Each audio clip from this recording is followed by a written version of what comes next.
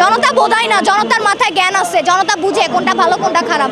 এগুলো জনতার হাতে, জনতাই বুঝবে যে আওয়ামী লীগ আসা প্রয়োজন কিনা। আপনারা একটা জিনিস হয়তো ভুলে গেছেন যে জুলাই অভ্যুত্থানে বা জুলাই এই আমাদের যে আন্দোলন গিয়েছে বিগত 24-এর আন্দোলন, সেখানে কিন্তু সবাই বলেছিল যে এই খুনি হাসিনা 15 বছরে যেহেতু চেয়ার থেকে সরে নাই, এখনো সরবে না।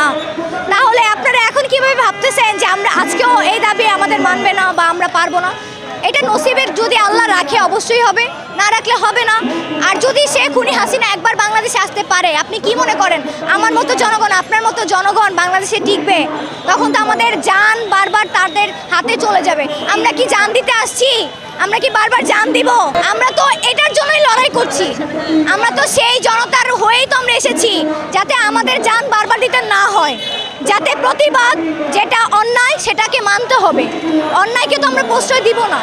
আমরা দেখেছি দীর্ঘ 15 বছর যাবৎ সে এই খুনি হাসিনা ফ্যাসিস্ট বিগত এই গুম খুন বিভিন্ন ধরনের, হ্যাঁ সে আমাদের দেশে সংস্কার করেছে, সেটা আমাদের টাকায়, সেটা জনতার টাকায়। সে বলতে পারবে না যে তার টাকায়, সেটা জনতার টাকা দিয়েই সে দেশ সংস্কার করেছে বা দেশের উন্নতি সে করেছে।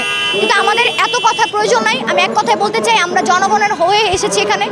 আমরা যেহেতু জুলাই অভ্যুত্থানে 24 আন্দোলন করে আমাদের দেশ স্বাধীন করতে পেরেছি, আমাদের আশা এটাও থাকবে যে এখনও আমরা পারবো বা আমাদের দাবি তারা মেনে নিবে।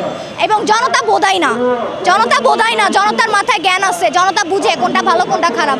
এগুলো জনতার হাতে, জনতাই বুঝবে যে আওয়ামী লীগ আসা প্রয়োজন কিনা। Thank you.